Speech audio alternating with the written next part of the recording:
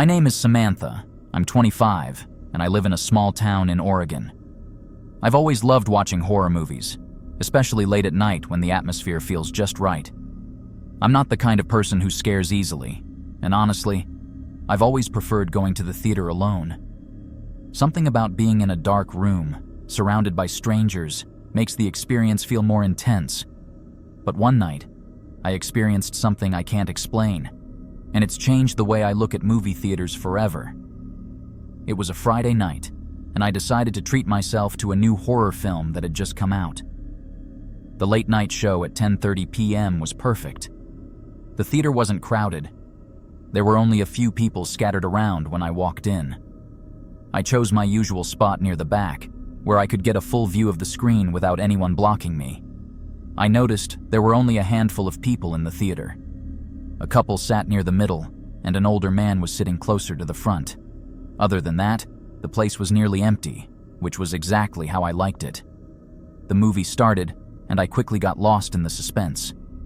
The film was intense, with plenty of jump scares and creepy music that made my heart race.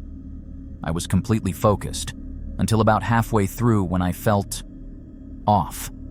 It started with that strange feeling you get when someone is watching you. I glanced around and noticed someone sitting in the row directly behind me. I hadn't heard anyone come in, and I was pretty sure that row had been empty earlier. The figure was sitting perfectly still, not laughing, not reacting to the movie at all. They were just there. I tried to brush it off. Maybe I hadn't noticed them come in. But as the movie went on, I couldn't shake the uneasy feeling. Something about their presence didn't feel right. At one point, during a particularly loud scene, I felt a light tap on my shoulder. My heart jumped, and I turned around instantly. But no one was there.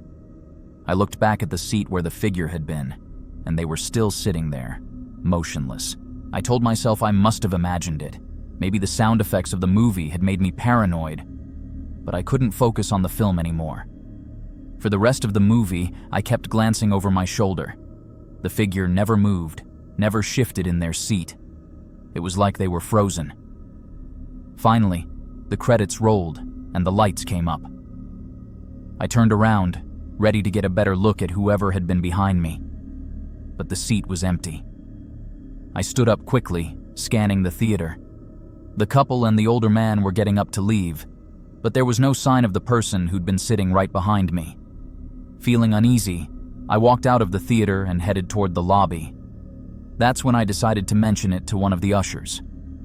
I didn't want to sound paranoid, so I casually said, "Hey, has anyone else mentioned something weird tonight? Like people sitting behind them or anything?" The usher, a guy in his early 20s, gave me a confused look. "What do you mean?" I hesitated before explaining. There was someone sitting behind me during the movie, but they left before the lights came up.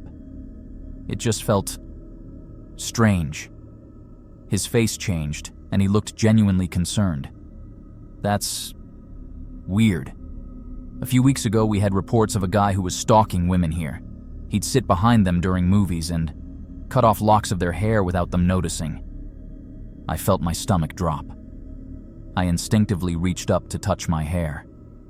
Nothing seemed out of place, but the thought of someone being that close to me without me realizing made me feel sick. The usher offered to check the surveillance footage, and I agreed. I followed him to the small security room, where he pulled up the camera feed from my theater. We watched the footage of me walking in, taking my seat near the back. The camera showed the entire room, clear as day. But when I got to the part where I noticed the figure behind me, I felt my blood run cold.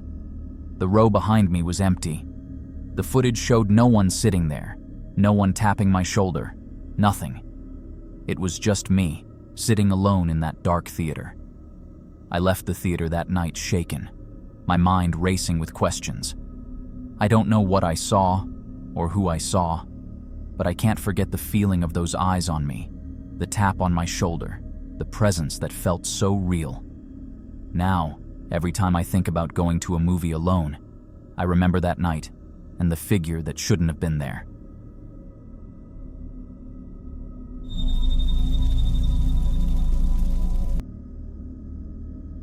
My name is Claire. I'm 29 and I live in a quiet suburb in upstate New York. Life here is simple. Nothing out of the ordinary ever really happens. I'm the kind of person who loves spending time with my family, especially my 8-year-old niece, Lily. She's the sweetest little girl, bright, curious, and always full of energy. That's why what happened on that day has left me broken in a way I can't even describe. It was a Saturday afternoon, and I had promised Lily we'd see the latest animated movie she had been begging to watch. The matinee show seemed perfect since it wasn't as crowded as the evening ones.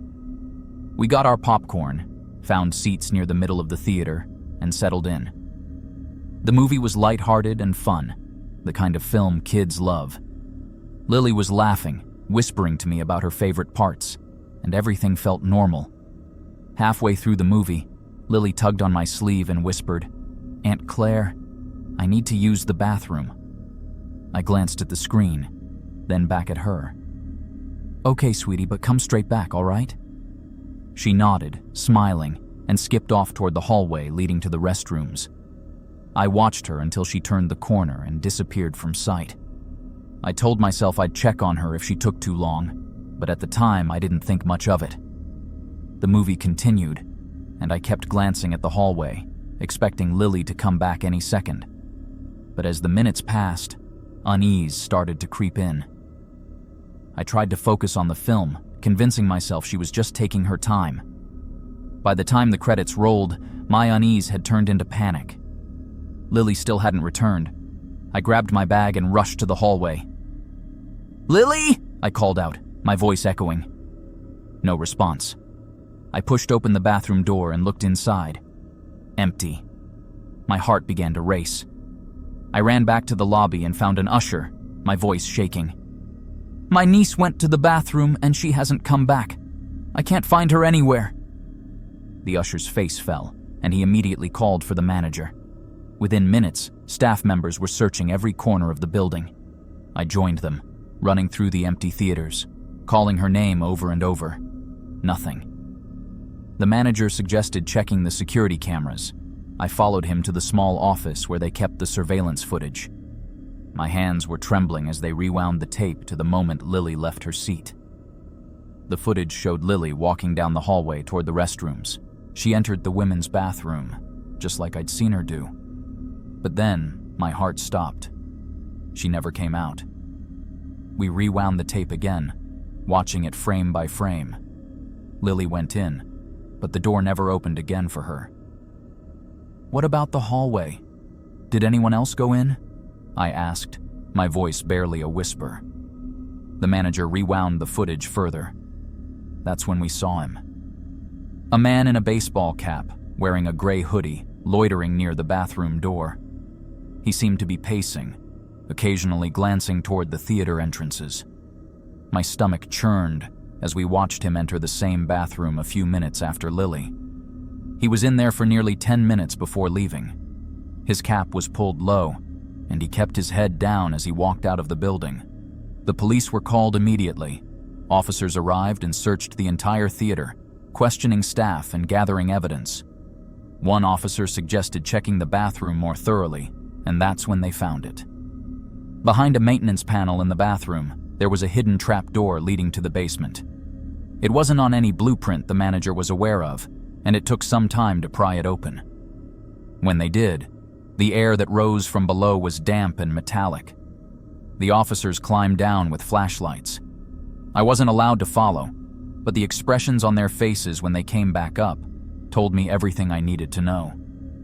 They found discarded children's clothes, including a pink jacket that looked just like the one Lily had been wearing. There were smears of blood on the concrete floor and walls, but no sign of her. The investigation continued for weeks, but they never found Lily. The man from the footage was never identified, and his trail went cold. I still can't close my eyes without seeing her innocent smile as she walked away from me that day. The guilt eats me alive. If I had just gone with her, if I hadn't let her go alone, maybe things would have been different. Now, every time I step into a theater, I can't help but look at the hallways, the bathrooms, wondering how something so horrible could happen in a place meant for joy. I haven't stopped looking for Lily, and I never will. But the memory of that day haunts me, and I don't think it will ever let me go.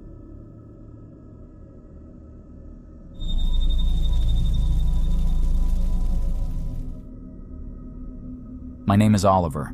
I'm 28, and I live in a small apartment in Seattle, Washington. I work as a graphic designer, and my life is pretty ordinary. Most of my time is spent either at work or watching movies at home.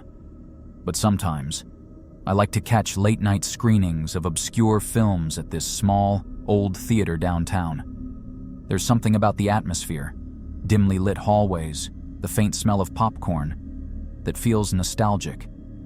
It's usually quiet and never crowded, which I prefer. Last Friday, I saw an ad for a midnight screening of a cult thriller called The Watcher. I'd heard about it before. People online said it was intense, even unsettling. I decided to check it out. The showtime was at 11:50 p.m., and when I got to the theater, there were only a handful of people in the lobby. By the time I took my seat, there couldn't have been more than 6 people in the whole room. Perfect, I thought. I chose a seat toward the back, dead center.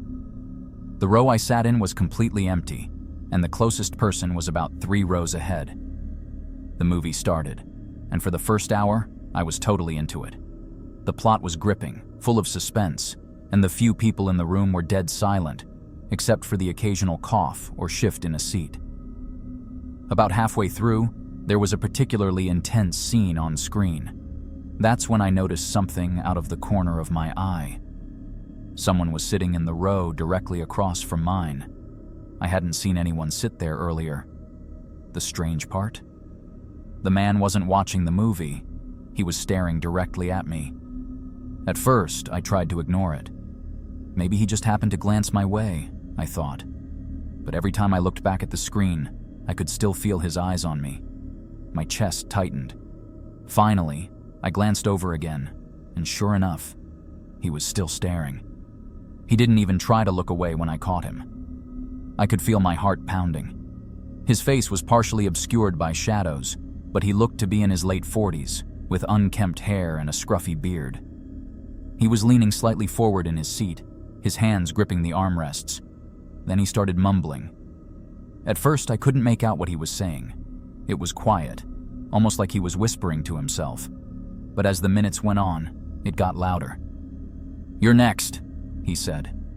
I froze. Did I hear that right? He repeated it, just loud enough for me to hear over the sound of the movie. "You're next."